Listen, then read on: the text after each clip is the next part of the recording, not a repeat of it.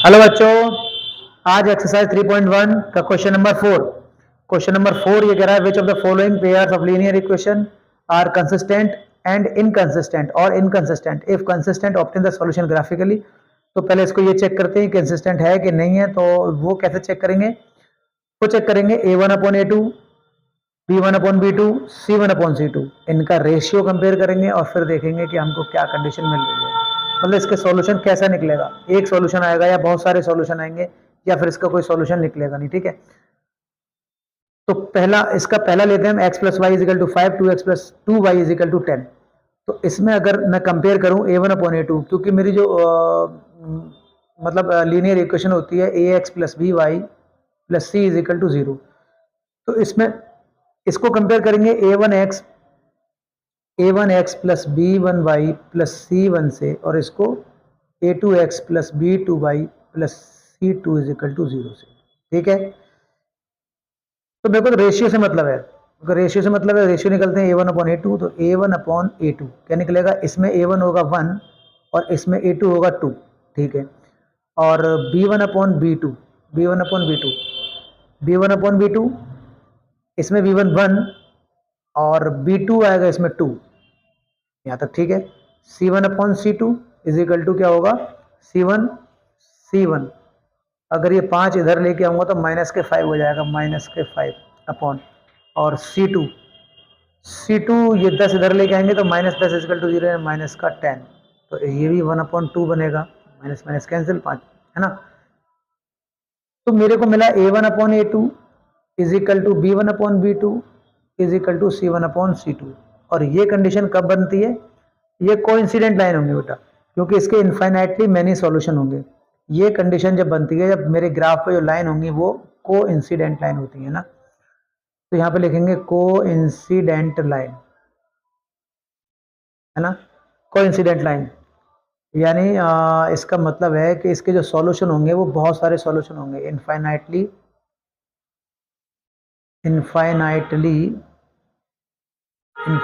Many solution. It means this is a inconsistent. तो ये क्या है? It means this is a inconsistent, और ये इनकंसिस्टेंट है तो फिर इसका हम कोई मतलब इसका सॉल्यूशन हम करेंगे नहीं, क्योंकि बहुत सारे सॉल्यूशन है, कहाँ तक हल करोगे आप। ठीक है, चलो दूसरा क्वेश्चन देखते हैं। तो इसका दूसरा पार्ट क्या है?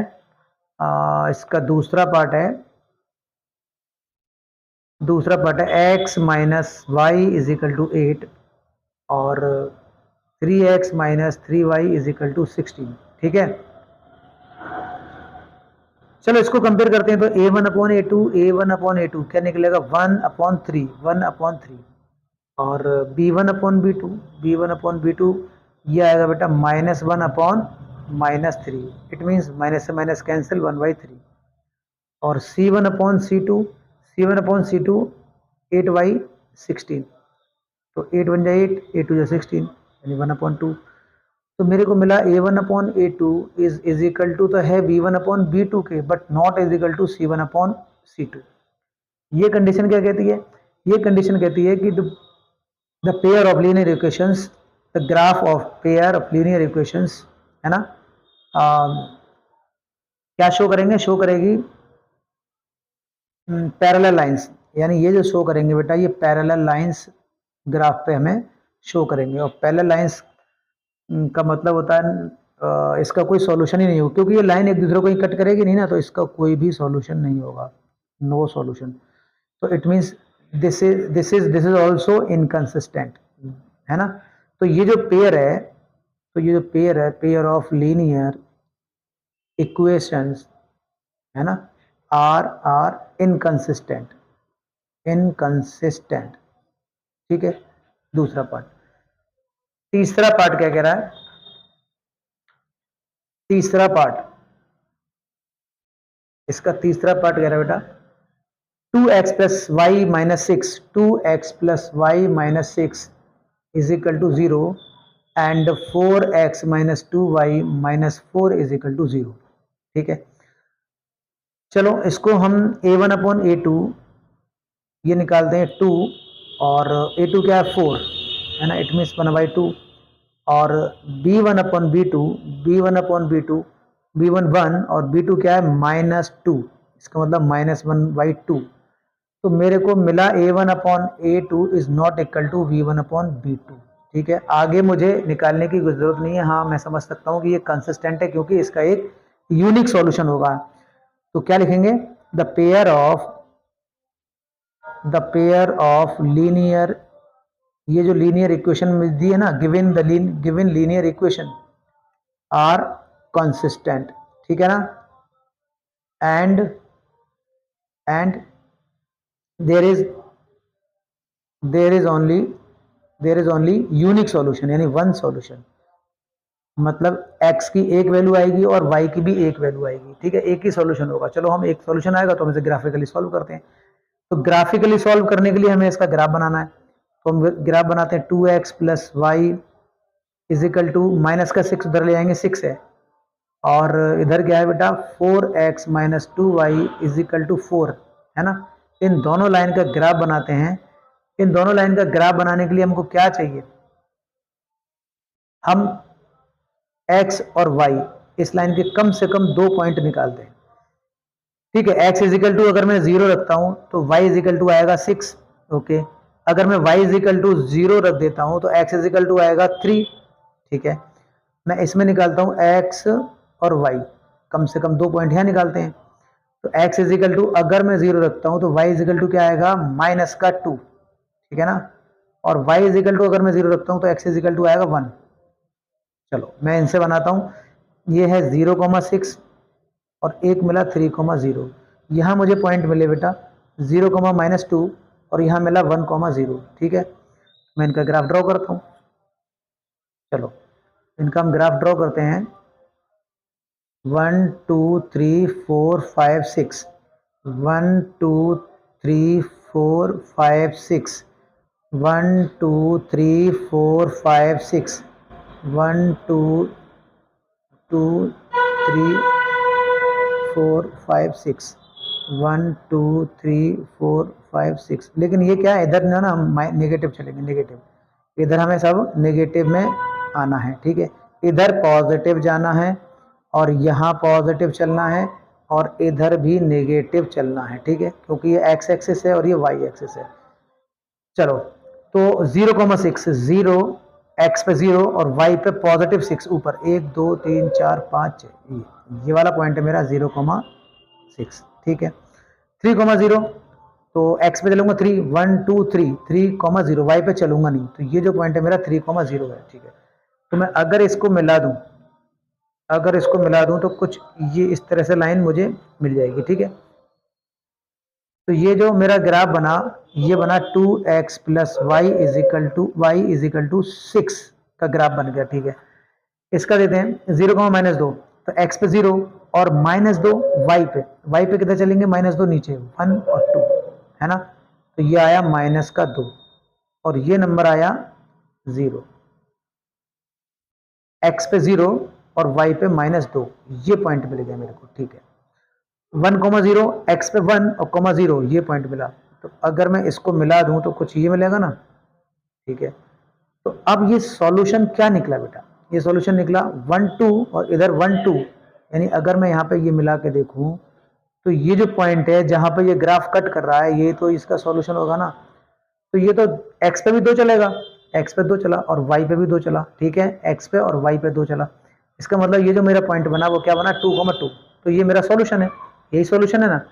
मुझे 2,2 पे ये ग्राफ एक दूसरे को कट कर रहा है, तो ये होता है x, y। ठीक है, x, y होता है ना, तो मैं लिखूंगा x is equal to 2 and y is equal to also 2, यही इसका सॉल्यूशन है। तो ग्राफिकली सॉल्यूशन है। ठीक है, 2x minus 2y minus 2 is equal to 0 और एक है 4x minus 4y minus 5 is equal to 0। तो इसको लिखेंगे 2x minus 2y is equal to 2 इधर के ले जाएंगे प्लस इक्वेशन 1, और ये होगा 4x माइनस 4y और इज इक्वल टू 5 इक्वेशन 2। तो कंपेयर करते हैं, a1/a2 क्या मिला, इसमें a1 2 है और a2 ये 4 है। ठीक है ना, अभी हम डायरेक्ट कर दे रहे हैं, समझ जाना बेटा। a1x plus b1y plus c2 से कंपेयर इसको करेंगे और a2x plus b2y plus c2 से कंपेयर इसको करेंगे। तो ये क्या मिला 1/2 और b1/b2 ये क्या निकलेगा -2 अपॉन -4, इसका मतलब ये भी 1/2, ठीक है। और c1/c2 ये क्या निकलेगा बेटा 2 अपॉन इधर क्या है 5, तो ये इक्वल नहीं है। हमें मिला क्या a1/a2 is equal to b1/b2, ठीक है, नॉट इक्वल टू c1/c2। तो ऐसी कंडीशन कहाँ होती है? ऐसी कंडीशन जब होती है जब हमें ग्राफ, अब अगर हम इसका ग्राफ ड्रॉ करेंगे बेटा तो ये एक पैरेलल लाइन बनेगी, है ना। तो ग्राफ पे ये क्या बनेगी? पैरेलल लाइन हमें शो करेगा ग्राफ पे। तो पैरेलल लाइन शो करेगा तो इसका मतलब क्या होगा? इसका कोई सॉल्यूशन ही नहीं होगा, that means there is no solution. और अगर इसका कोई सॉल्यूशन नहीं होगा तो ये क्या होगा? ग्राफ इनकंसिस्टेंट होगा ना। तो the pair of these linear equations, है ना, दीज लीनियर इक्वेशन में these linear equations are inconsistent, ठीक है, okay. half the perimeter of a rectangular garden whose length is 4 meter more than its width is 36 meter, find the dimension of the garden, ठीक है। मतलब एक garden है, rectangular garden है, जिसकी length 4 metre ज्यादा है इसकी विड्थ से, ठीक है। मतलब ये अगर मैं इसको गार्डन बनाऊं, ये इस तरह का कोई गार्डन है, ठीक है। अब ये इसकी विड्थ है और ये इसकी लेंथ है, ठीक है। तो लेंथ कह रहा है कि विड्थ से 4 मीटर ज्यादा है, ठीक है। तो अगर इसकी विड्थ मान लेते हैं हम, अगर इसकी लेंथ मान लेते हैं x, ठीक है, और विड्थ मान लेते हैं y, तो ये 4 मीटर ज्यादा है ना, 4 मीटर ज्यादा है। तो 4 मीटर अगर ज्यादा है तो मैं इसको बनाता हूं, ठीक है। तो पहले लिखते हैं इसके सॉल्यूशन में। देखो सॉल्यूशन में हमें क्या लिखना पड़ेगा? हमें लिखना पड़ेगा let the length of rectangular part is x metre, ठीक है, and the width is y metre, ठीक है। तो अकॉर्डिंग टू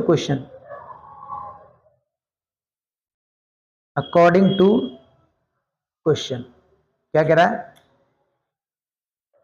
x 4 मीटर ज्यादा है, तो इसमें से अगर मैं लेंथ में से विड्थ करता हूं तो मुझको 4 मिलना चाहिए, क्योंकि 4 ये ज्यादा है, ठीक है।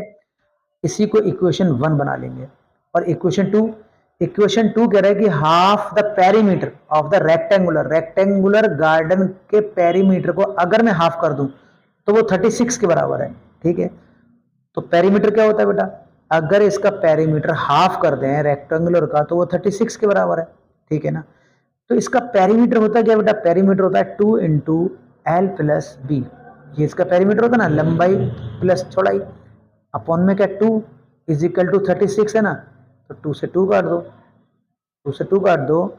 इसका मतलब एल क्या है? लेंथ, और लेंथ है क्या? एक्स जो मैंने माना, और बी क्या है? विड्थ, जो इसकी चौड़ाई, ये मैंने क्या मानी? वाई, और इज इक्वल टू क्या आ रहा है? 36, इक्वेशन 2। तो ये 2 इक्वेशन बन गई ना। तो फ्रॉम इक्वेशन इनटू, अब मैं क्या करूंगा? मैं इन दोनों इक्वेशन को जोड़ दूं ना, on adding the equation 1 and second. तो यहां लिखेंगे ऑन एडिंग द, क्योंकि एलिमिनेट कर रहे हैं ना x और y, और ऐड क्यों कर रहे हैं? क्योंकि माइनस का y इधर प्लस का y है तो y कटेगा। On addition equation 1 and equation second. चलो इनको ऐड करते हैं। x minus Y is equal to 4 और x plus Y is equal to 36, ये ना। ओके, तो इसको जब मैं ऐड करूंगा बेटा तो y तो y कट ही जाएगा, माइनस वाई प्लस वाई, ये आएगा 2x इज इक्वल टू, और ये हो जाएगा 40। तो x इज इक्वल टू क्या आएगा? 20 और मीटर। तो x की वैल्यू आई 20 मीटर, यानी कि ये जो लेंथ है इसकी वो कितनी है? 20 मीटर। अब x की वैल्यू अगर मैं पुट कर दूं इक्वेशन सेकंड में, है, put the value of x, put the value of x in equation second. तो इक्वेशन सेकंड में रखते हैं या फर्स्ट में रखो, सॉरी फर्स्ट में रख दो ना। तो x minus Y is equal to 4, X is equal to क्या है बेटा 20 minus Y is equal to 4। तो मुझे y निकालना है, y इधर ले जाओ 4 इधर लेके आओ, तो 20 ये 4 इधर लाएंगे माइनस के 4 इज इक्वल टू माइनस के y इधर ले जाएंगे प्लस के y। तो 20 में से 4 गया बेटा, कितना बचा 16 इज इक्वल टू वाई। तो y की वैल्यू कितनी आई 16 और x की वैल्यू कितनी आई 1। तो मैं क्या लिख सकता हूँ, मैं ये लिख सकता हूँ इसकी जो लेंथ है वो निकली 20 मीटर एंड विड्थ है वो है बेटा 16 metre. This is the solution. ठीक है।